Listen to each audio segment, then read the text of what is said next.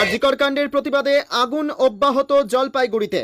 শনিবার সন্ধ্যায় বিভিন্ন কলেজের পড়ুয়া এবং প্রাক্তনীরা মশাল মিছিল করেন জলপাইগুড়িতে। সেই মিছিলে সামিল হয় জলপাইগুড়ি নাগরিক সংসদ। শহরের বড় ডাকঘর মোড় থেকে মিছিল শুরু হয়। থানা মোড়, দিনবাজার, বেগুনটারি, কদমতলায় গিয়ে শেষ হয় মিছিল। প্রতিবাদীরা জানিয়েছেন, মৃত নির্যাতিতার বিচার এখনো অধরা, তাই বিচার না পাওয়া পর্যন্ত প্রতিবাদের মশাল জ্বলবে। আমরা জলপাইগুড়ি স্টুডেন্ট অ্যাসোসিয়েশনের তরফ থেকে আজকে বেরিয়েছি। এখানে অ্যালুমনাইরা আছে, স্টুডেন্টসরা আছে বিভিন্ন।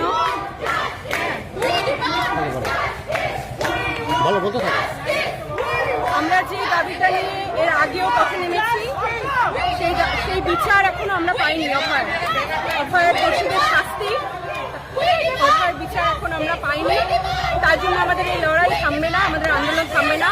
আজ আমরা আবার পথে নেমেছি, আমাদের লড়াই চলতেই থাকবে।